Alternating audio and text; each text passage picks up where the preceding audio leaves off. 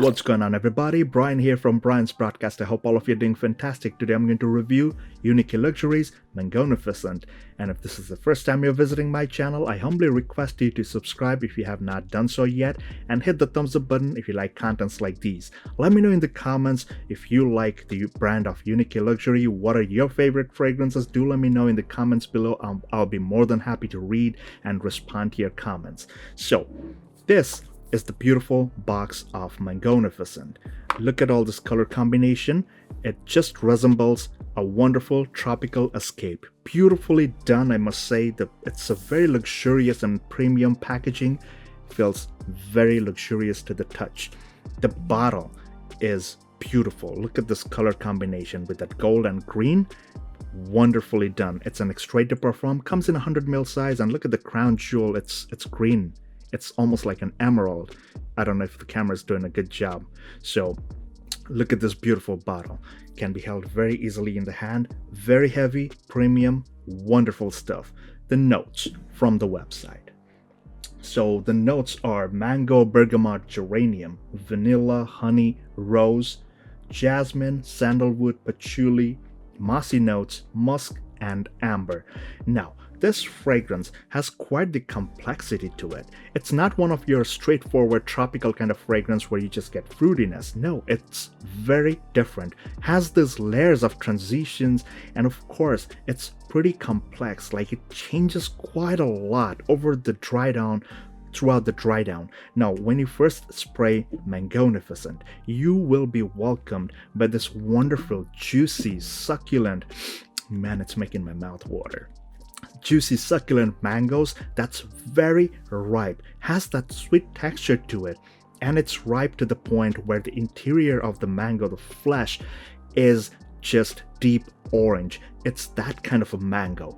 The bergamot adds to adds a bit more depth to it with that tardiness. There's a tiny tad bit of tardiness, a bit sourness. There's a creamy sweetness about this fragrance. Now, this is an extrait, like I said.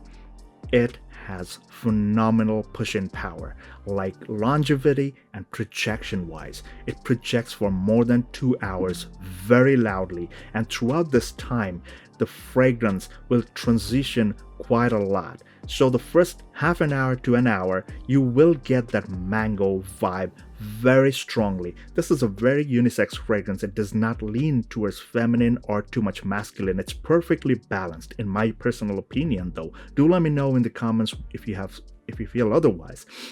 But the bergamot mango combination slowly tones down and the rose takes over. The rose is more of that sweet jammy rose with that honey. It combines to make this fragrance a bit more sweeter.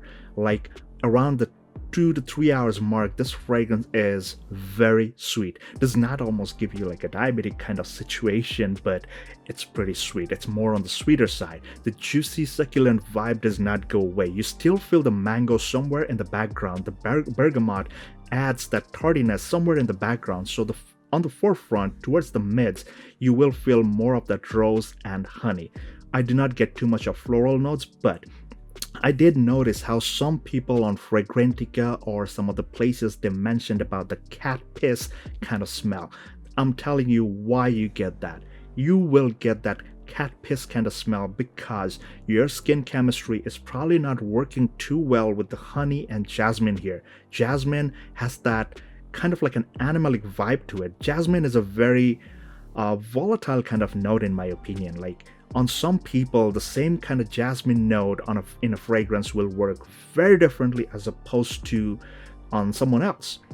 Now, this applies again for every other note, but jasmine in particular and honey in particular, they are very sometimes they are very polarizing, so not all people get the same kind of effect. So the honey over here kind of does have that tiny tad bit of animalic vibe, but every other day that I've worn this fragrance, I never got that cat piss kind of vibe. Like, the honey worked perfectly on my skin. And like, on the other hand, like, I felt the rose and honey combination on my skin worked perfectly balanced. I'm not a big fan of rose. If you know me, if you've been following my channel long enough, I'm not a very big fan of rose, but I'm telling you, that this one has a wonderful rose honey combination. For the drying down, you do get some of that patchouli. The patchouli adds a bit more of that darker nuance to it. It's not that earthy, dank, dirty kind of patchouli. It just adds a hint of darkness because the fragrance is drying down. The mossy notes, I did not get too much of that mossy note, but I did feel the use of vanilla. The vanilla adds to that creamy texture to this fragrance. It does not feel like a super sharp sweet fragrance. It's more on the creamy, sweet, rosy kind of fragrance towards the mids. Further drying down, you will feel the amber and the musk. The musk over here, it's more on the powdery, sweeter side. It's not overly powdery, I must say, but the vanilla, creamy vanilla and the musk, they just interact with each other and make this fragrance a wonderful thing to experience. Now the amber thing, I did not get the amber up front directly as in the form of amber. It's more of an effect. It has that dry ambery vibe all the way towards the dry down. Sweetness tones down as this fragrance is around 10 to 12 hours mark, but the fruitiness, the mango bergamot combination goes all the way to the back, but it will still be there. I would say, in my opinion, in my humble, honest opinion, I would say the more pronounced note, at least on my skin, was the rose and honey combination. The jasmine was just adding to the depth and character to this fragrance.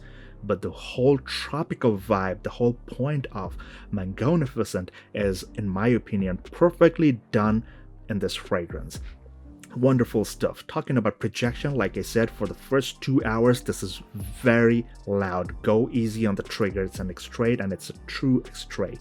Really has that pushing power. Also, the oil concentration is very high, so if you're spraying, spray from a distance. Do not spray on white clothes or any kind of clothes in general, because the oil concentration is high. It will stain the clothes. Talking about longevity, easily goes above 12 hours, very easily. It has that pushing power, leaves a wonderful scent trail, but just remember, you have to love sweet fragrances, because some people, they are very sensitive to sweet fragrances, but this one leans a bit more towards the sweeter side as opposed to just juicy and succulent thing. But in my opinion, Mangonifiscent is wonderfully done. It's a beautiful fragrance in my opinion. Go ahead and check them out, but in my opinion, if you really want to go for a blind buy, I will not recommend a blind buy because of that honey and jasmine combination. Like I said, you do not want that cat piss vibe coming from your body. Again, you may be getting that cat piss kind of vibe, but people around you will be getting a whole different feel to it. Maybe you're getting that note, you're getting that vibe, you're getting that feeling, but the other person who's smelling it, this fragrance in the air, they might not. They might feel like it's a very wonderful fragrance. So again, like I said, it's a subjective thing, but make sure you feel comfortable wearing this. Make sure you sample it first.